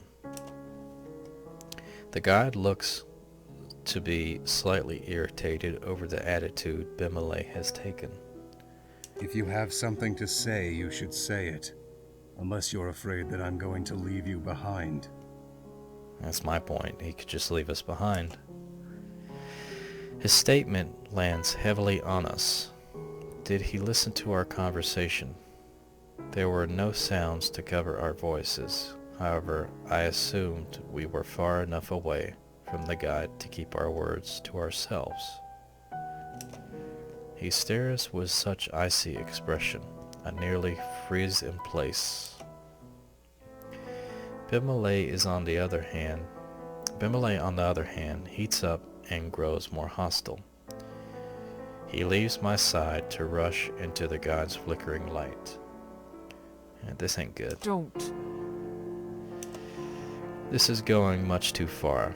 I urge him to come back. He ignores me and takes a stand facing the guide. Am I right? Are you going to leave us behind after what I've done? Just shut up, Bimile. The guide isn't bothered at all by Bimile entering his space. He gives a level answer. No. Well, that's grand. In that case, I'd like to know if I'm on the right track about something else. Are the monsters missing because they've already eaten? Or is there some other reason why they've all mysteriously vanished? The guide pauses for a moment. His eyes close and he becomes completely still. It's possible. Bimile glares at the guide over the admittance. It's as though he heard nothing after the first line the guide spoke. The guide is unfazed. If you enter these bridges, all you should expect is death. That is no secret. Okay. You need to stop putting so much energy into finding meaning, or else you will end up like the others. Bimile ends up speechless, caught off guard by the guide, openly discussing his accusations. The guide continues at Bimile's silence, annoyance leaking into his voice. You think that the results would have been different if only I had said more or did something differently, but that is not true. The conclusion would be exactly the same. If Lou hadn't died when he did, he would have been lost at some other point during the trip. Lou? Yes, Lou was his name. I had spoken with him in the past. He wanted to cross the bridges. I had deemed him unfit. He was far too desperate and unprepared. There's no helping someone like that. Ooh. The guide sounds even more agitated as he elaborates. Bimile seems to be finished with being surprised. His anger reignites. Oh boy. If that's all well and true, why haven't you died yet? How is it that you've been able to cross these horrendous bridges over and over again without suffering the same consequences as everyone else? The guide's face twists into a vicious snarl. He shouts. I have died. Ooh. I have no life to give. Everything I am, everything I could have been, was surrendered to this lake. That is the only reason why I'm able to stand before you now.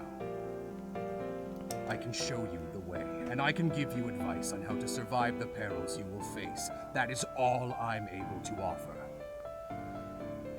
Yeah, just leave him be. Is that not enough for you? What else do you want from me? Kindness? Sympathy? It's been far too many years since I was capable of giving anything like that. He finally stops to catch his breath, though the emotion in his eyes still shines intently. There is no response from either of us. An agonized silence permeates the air. No one dares to even move. The tension is cut as the boards beneath me start to creak. My eyes dart down. The bridge is sinking rapidly. Instinctively, I jump backwards, but the new section of bridge groans horribly as it starts to tilt in the water. They keep getting further and further away. With each disappearing platform I move off of. Kika! Oh. I look up at Bemilay's call. My chest tightens when I see him and the guide on what has become the other side of the small chasm. I leap back just in time as the bridge under me snaps like a twig. Glancing over again, they keep getting further and further away, with each disappearing platform I move off of. Dread creeps my neck and I nearly lose my footing once I realize what's happening. Desperately, I stumble backwards. I finally manage to regain my balance. I use this to leap far enough back onto the bridge I land on doesn't immediately start to fall apart under my weight. And another 3 swift steps. This would be a good opportunity to have a quick time, you know? I am finally on sturdy wood. The bridges reluctantly stop shifting and settle. The only trace left of was once a huge section of bridge is a few splintered boards floating in the murky water. The lake consumed it. Somehow I am not surprised. Regaining my bearings, I face what has become of my circumstances. I am now separated from Bemilay and the guide by a far wider gorge than anyone could leap. My throat goes bone dry as I teeter at the end of the bridge, mind wildly scrambling for a solution that doesn't come. I lock into Bemilay's face. He's completely aghast, darting from one side of the bridge to the other like a panicked animal. There's no mistaking that he's desperate to help me in some way.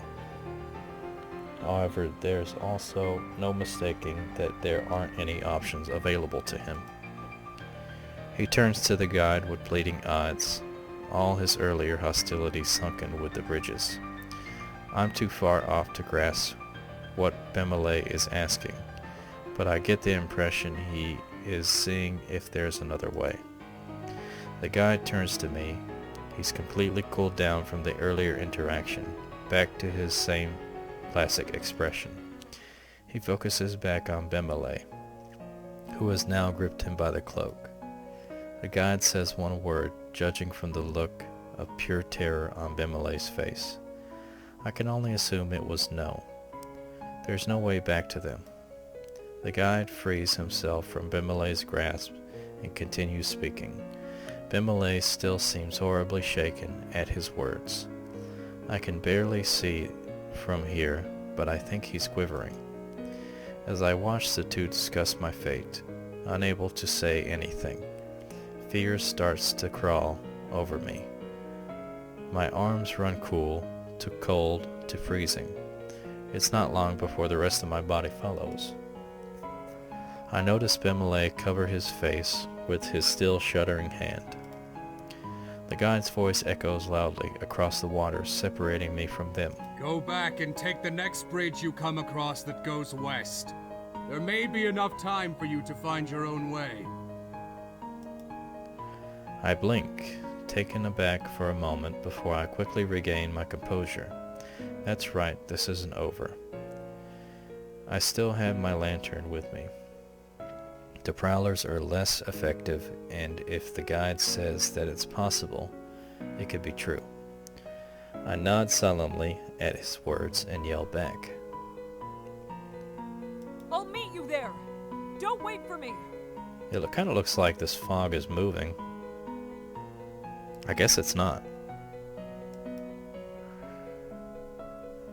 He bows his head and starts to slowly back away from the edge. Bemilay pulls his head from his hand to look at me. Across the water, I can tell that he's crying. I smile forlornly at him as the wine wipes against my back. I speak softly. You need to go. There is no way he could have heard me, yet I'm confident that the sentiment got across. I spin my heels and run back the way we came. Searching for the bridge the guide said to take. I can only hope that we all safely reunite before this night ends. I spare a brief glance behind me, however there is not a trace of them or even the dead. And I was stranded at. With a painful contraction of my heart, I realize that I am truly alone now. Quickly, I shake off the thought and refocus my attention on what's in front of me. The first branching of the path comes into reach. I slow down to a calmer pace and begin my progress down the western bridge. It would be reckless to consider going against the guide's directions.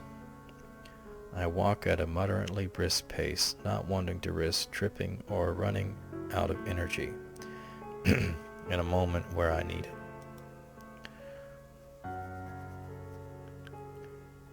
If the eeriness of the lake was disconcerting before, now it was overwhelming.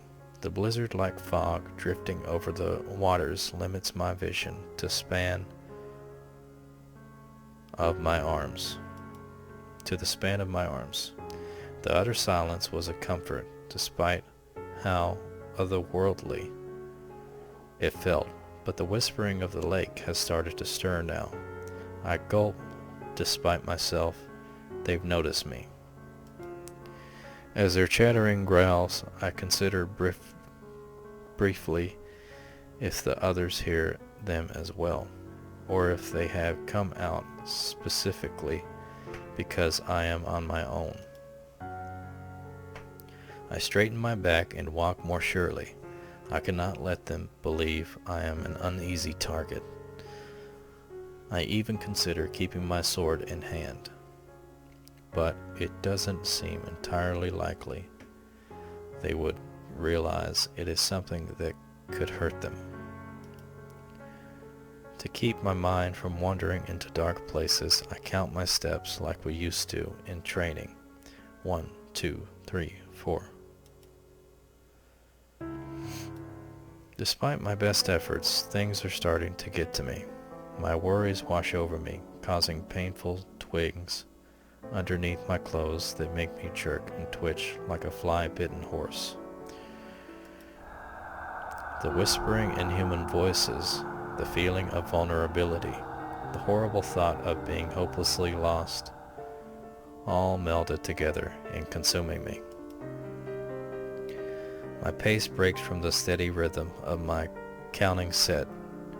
It quickens more as I start to succumb to fear. My brisk steps turn into long, frantic strides. Something in me whispers, "Faster, go faster, don't let them catch you," and I listen. I break into a run like moving on landmines. Flashes of fear explode in my mind and drive my feet harder, faster, stronger along the path. Until suddenly my sense of reason returns and I stop dead. My chest rises and falls with deep, heaving breaths as I try to calm myself down. The monsters erupt into an inharmonious chorus of what sounds to be wicked laughs. I fight the urge to shout back at the creatures. This feels like a nightmare I will never wake up from. I take another breath and resume my measured progress.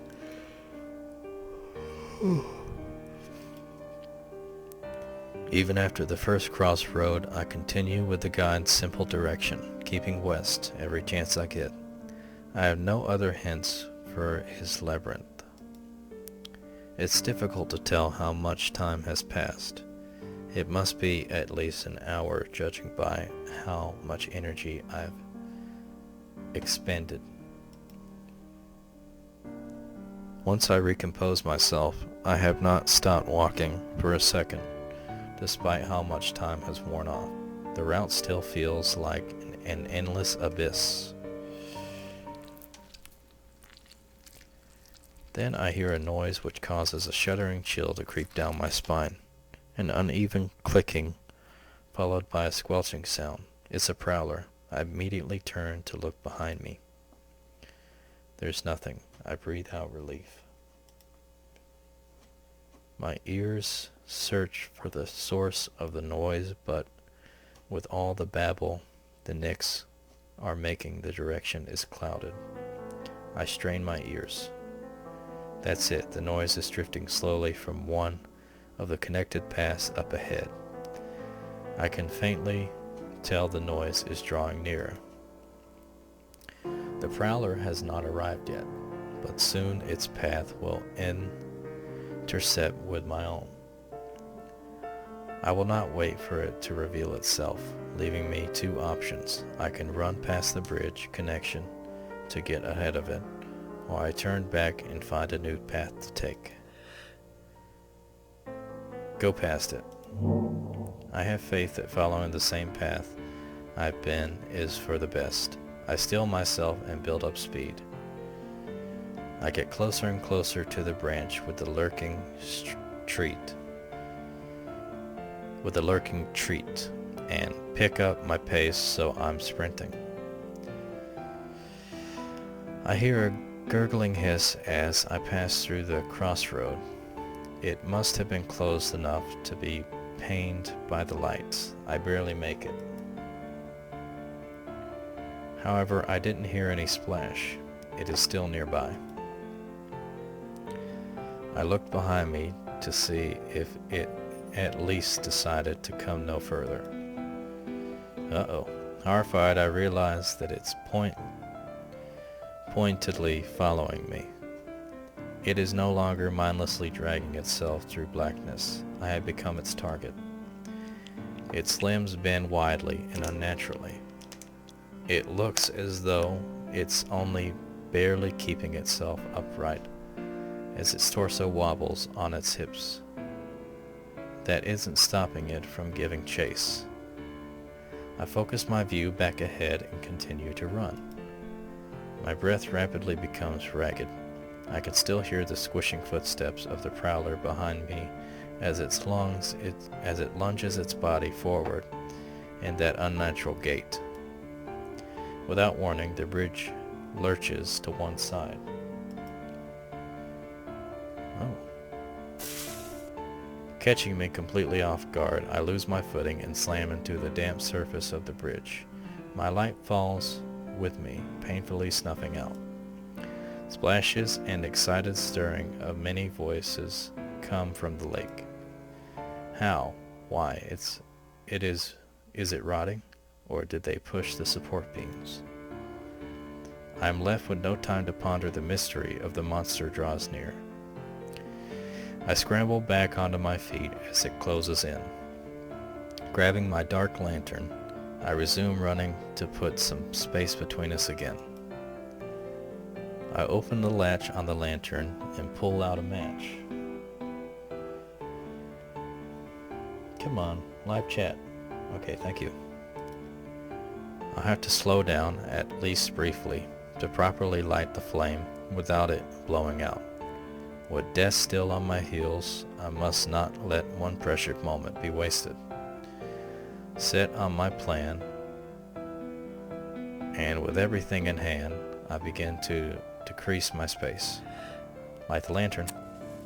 Moving as fast as I am capable, I place a lit match inside the lantern and the oil catches fire. As the flame grows, I can hear the awful footsteps behind me again to peter out. I steal a glance behind me as it truly stopped. The return of light seems to catch it off guard, and thankfully it declines, coming closer. Run. After a moment's reprieve to breathe, I rush forward once more. Fighting isn't an option, and I need to get away from that monster. I'm not able to run fast enough, however. I let out a loud scream as the prowler latches onto my body from behind. I'm thrown to the ground again. The shock is great, and the lantern slips from my hand, skidding across the bridge out of my reach. Because it came into contact with the light, the prowler drops itself back into the depths without attacking again. There is no time to feel revived. Arms of other Nixie emerge from the water and reach up the side of the bridge, scraping the boards as they try to get to me. I try to climb up onto my feet, but one of the creatures takes hold of me before I can properly stand. I am dragged back down to the ground, my jaw smacking hard against the bridge as the Nyx blindly pulls me towards the edge. Other slimy clawed hands grab onto me as I jam my nails hard into a crevice in the bridge. I kick frantically at their silhouettes, but they keep pulling me closer to the edge. I curl my fingers around the uneven wood tighter. Despite all of my effort, there is no support.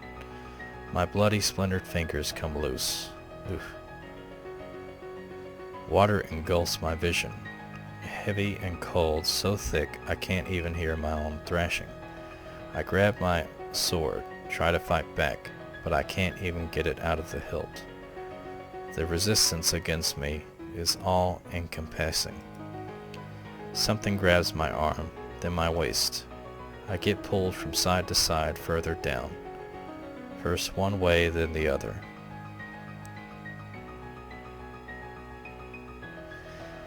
The past water feels like solid substance. The water feels like solid substance, and being dragged against it is like I'm being pressed through something. My vision grows darker and darker. I can't tell whether I'm going lower or whether I'm losing consciousness. My arms flail to bring me closer to wherever the surface is, but nothing is working. Complete darkness engulfs me. Was everything I've done worth it? I must believe that it was.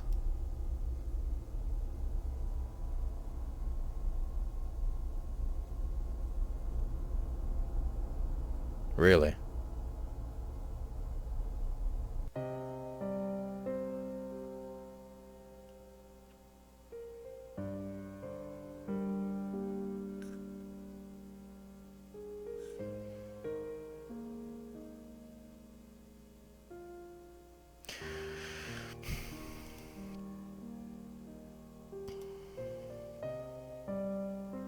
Very beautiful drawing.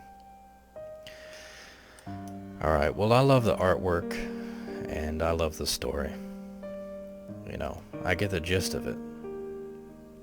There's a lot of work put into this, you know, and you gotta credit people.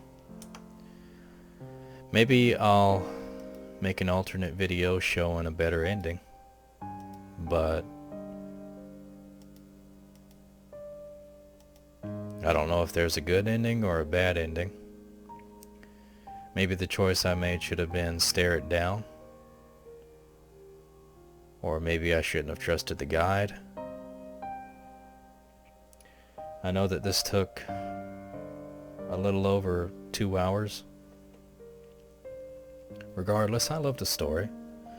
You know, not all stories have happy endings. But it's free, guys. I mean, if you want a good story, if you know, have a laptop, want something to fall asleep to, then by all means, download it. And I believe it well, if there was going to be a price on it, I would say maybe no less than $4. You know, because there is a lot of work put into it. And the voice acting was phenomenal. Characters looked amazing. I especially liked the way the guide looked. He had that whole cloak and he had the staff and the lantern. It was really cool. But yeah, that's a Lake of Voices. Kind of resembles a song that I heard called The Shallow Waters about someone. It's about either someone or a man or a woman who was sinking. She was drowning and she was just reliving her past. This is very nice artwork here. It kind of looks like oil painting with maybe some pencil, or I don't want to say pencil, but sketching mixed with some oil painting maybe.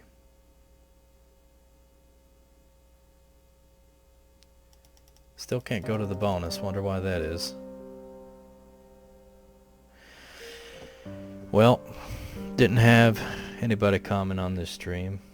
I mean, it is Tuesday night. Well, technically it's Wednesday now, so I'd imagine people are busy. I think tomorrow I'll do a stream for Halloween. I might go ahead and just buy a scary game, because there is a Steam sale. But yeah, I'm rambling on. Thank you for liking, commenting, and subscribing.